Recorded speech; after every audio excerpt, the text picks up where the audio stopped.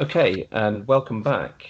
So now after the break, we're going to get onto the really grim stuff, the latest news. Well, nothing's happening in terms of games globally at the moment. Um, just before the break, I was talking about the Hull SM group games, which started in January this year with Johansson Myler playing off and beating and Pesis. What very convincing win, looked very strong, Yunsu.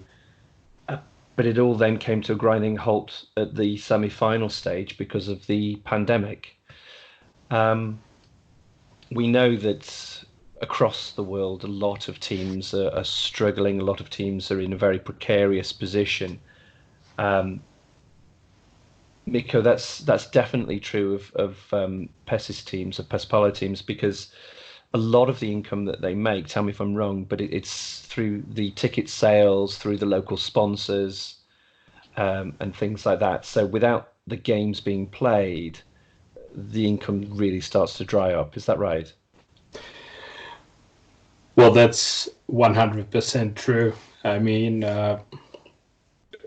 for a Superpesis team, it it varies through the country, but I would say that they make roughly 1/4 or 1/3 of their whole income through the gate, they through the from the ticket sales, and but the major problem will will also be working with the companies that support those clubs, because the contracts they are they are tied to some event that is would happen during the season, some game or some player or something like that. And they have multiple kinds of deals that have been tied to the events that are in the game or close to the game, or like some all kinds of things that clubs will lose their income if the games are not played. That's this like to simplify the thing. And right now we're looking at the possibility of the season being started in at the beginning of June. And actually, now that we're recording this, the all the clubs from men's and women's Superpesis will get together in a couple of days. And actually, the exact date from my information is on Monday, the 13th.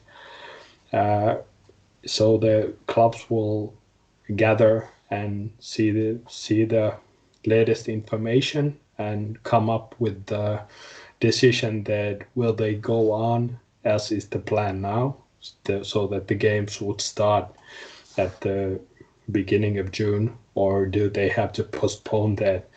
And right now, watching the news and listening to the latest information in Finland, we're expecting the pandemic to reach its peak in Finland somewhere around mid-April or the start of May. So personally, I'm not too optimistic about it. I mean, I hate to be the bringer of the bearer of bad news, but and it's not news yet. But from my point of view, there's just no way to start the Superpesis that early. It has to be delayed for at least a month. And there is a possibility that a part of the season could be played indoors, and that is also one possibility that they're looking at. But from my sources of information, the possibility of playing without audience, without crowd, without spectators, that has been ruled out because it would bring most of the costs of the event, but like almost no income. So that has been ruled out. Yeah, absolutely. There's a lot of talk around the world about what games can and can't be played behind closed doors, as it were, without fans there. PES Apollo really doesn't seem like it's one of those games, especially the way that the kind of modeling works in terms of sponsorships, in terms of um, the ticket sales and things like that. The economics of the teams at the moment are such. Tell me if I'm wrong, but there's only one team who's been able to guarantee their players' wages through April, and that was Johansson Myler. And that's only because they'd been able to secure a lot of early deals uh, in January, I think it was. Well, that's basically that is how it is, and the players' association and the clubs, they have sat around the same table a couple of weeks ago and talked about the situation. But there's the truth is that there's not a lot that can be done because there's just no income, and that's like the finances of the Superpesis teams are well, how should I put it? At best, they may reach like zero, like not. A lot of the teams never make actual profit in their whole, like, no matter how many seasons they spend in Superpesis, they hardly ever make any profit in any season. The reality is that if you can like create enough income to provide all the costs, that's a 100% that you can do. But right now, in this situation, the clubs they don't have anything to go by. They don't have any money that they would have or would be coming from anywhere. So they have no options but to lay out all their stuff and the players too. And as a result, Ron, we've seen a lot of the teams try and come up with new ways of both engaging fans while there's no new games being played, but also to try and boost revenues. We've seen like Game Saver shirts. We've seen sales of different varieties, auctions of things. Do you want to talk us through some of those kind of things? Well, I know Vento started just actually right now is doing a on their Instagram is doing an auction of player jerseys to sell, presumably game worn jerseys that folks can buy. And so that's cool. I know some teams have been selling season tickets that you can sort of buy them anyway, support the team, and I think more information like that would be great. I think it could be really good, especially with something like this, is to find out, like if you start listening to this and you find a team, that the beauty of it, as everybody's been saying, is that if you're used to, like, say, American sports or EPL or something like that, the numbers that for Superpesis is way lower. So if you want to support a team from far away, like it would be great for a team, but it wouldn't cost you very much if you have the wherewithal to do that. Like I know I'm going to just kick some support to one of these teams, because the beauty of Pesis is that it's a community sport. You see people, all kinds of folks in the community who are involved from a really young age all the way through. I think that's one of the beauties of it, and so we want to make sure this game stays alive for the next 100 years. And so I think that as fans of the game, anything we can do to try to support it, because again, they're not asking for, this isn't the New York Yankees asking you for money. This is nothing like that at all. These are mom and pop shops run by folks who just really enjoy the game. which is, like I said, I think the thing that makes Pesis, if you're a global fan of sports and you just want a new thing to get into, the thing that makes Pesis awesome is that it's Major League in the sense that it's on television and you can watch the games and it's produced professionally and it's got a long history and you've got, these legacy clubs. They're not franchises, clubs that, people support, but it's also definitely very, like, your heroes are right next to you. They sit and eat at the same restaurants, and you get to hang out with them and stuff. So I think that's the thing that I want to make sure people know about this game is that it's very accessible. So anyway, I took it a little out of field there, but I wanted to get that out.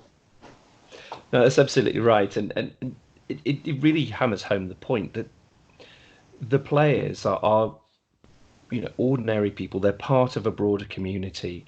The community themselves is being hit, so the local businesses, they're not able to offer the sponsorship in the same way, and they're not able to get the advertising from the games because the games aren't being played, which then has a double impact on the team, and that's perhaps why it's being so difficult for the Superpesis teams to weather through this storm.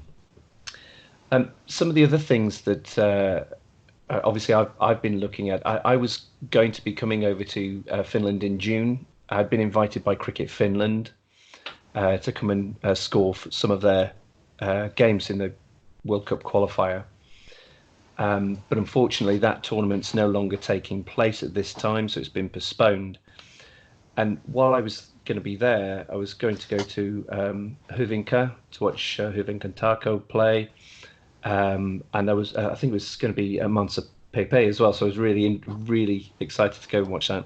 And the other team I was going to go see play was Korvalon Palonlyijat in Korvalab. But because I can't go, because I can't see the teams, I felt really bad that I can't give them the revenue that I would have had in my pocket to give them at the gate for my tickets. So I've tried to buy stuff from their shops, and I got my Korvalon T-shirt earlier this week. Really good. So I've got that somewhere. I've got a few other things that I want to buy. I've got a few other things on the way as well from other places. But Juha Putimaki had a really interesting idea. He's the pitcher for Joensuu Myla at the moment. He's a two-time running pitcher of the year, two-time running player of the year. And he had a really interesting idea. I don't know if either of you saw it, but he was offering to buy, I think it was like 3 tickets for fans at away games, for every away game.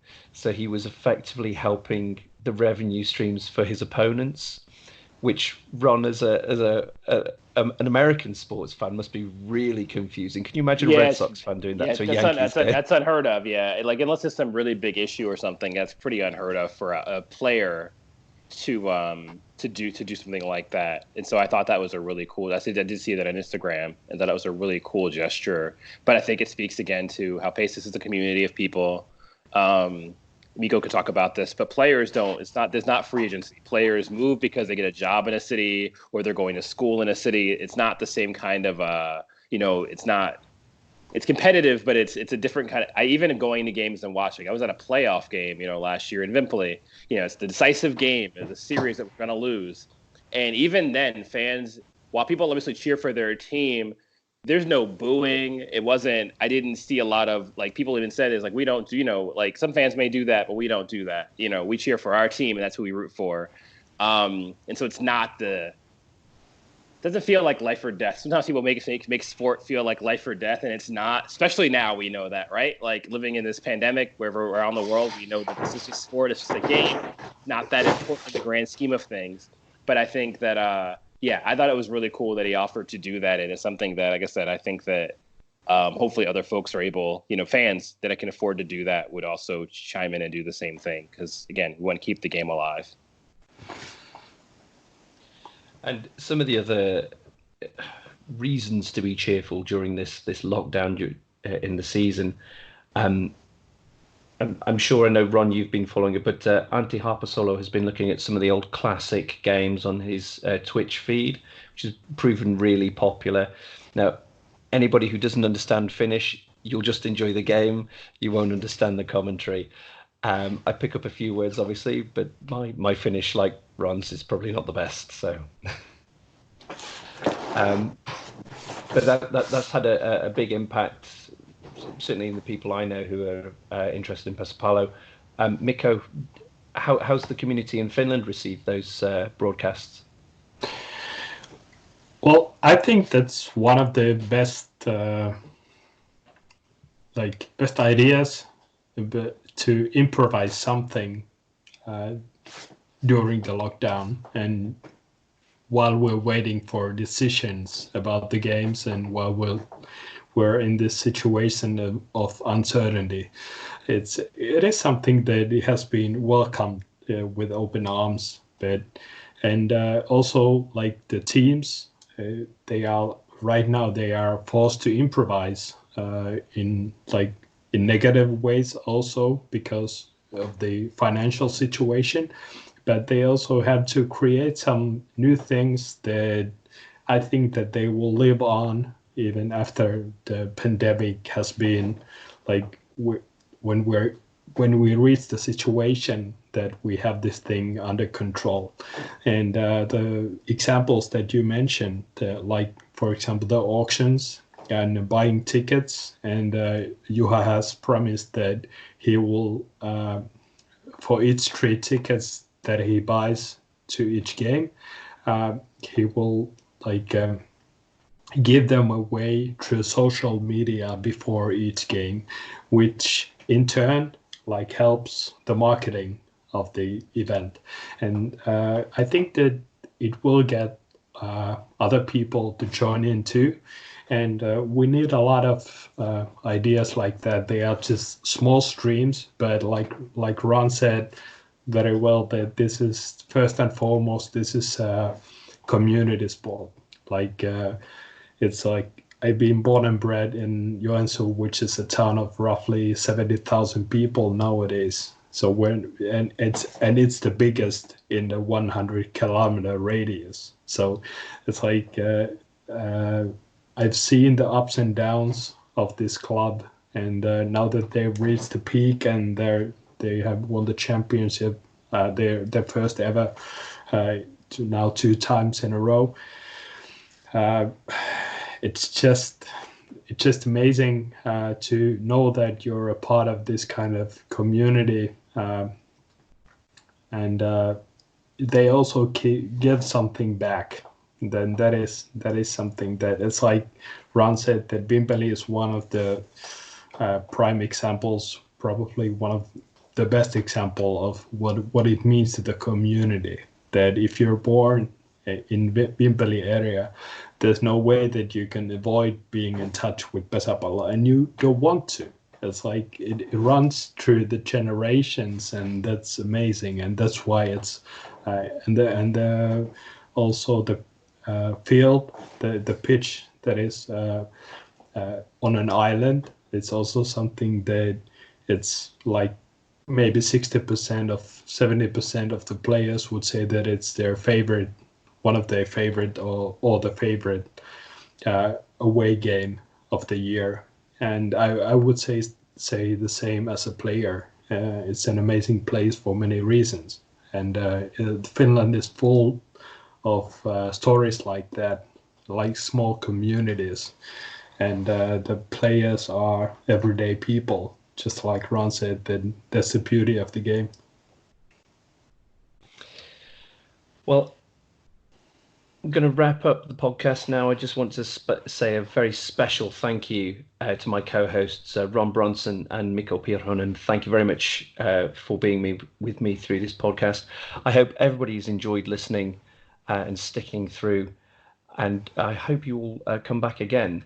Please like the podcast and subscribe on whatever channels you subscribe it on.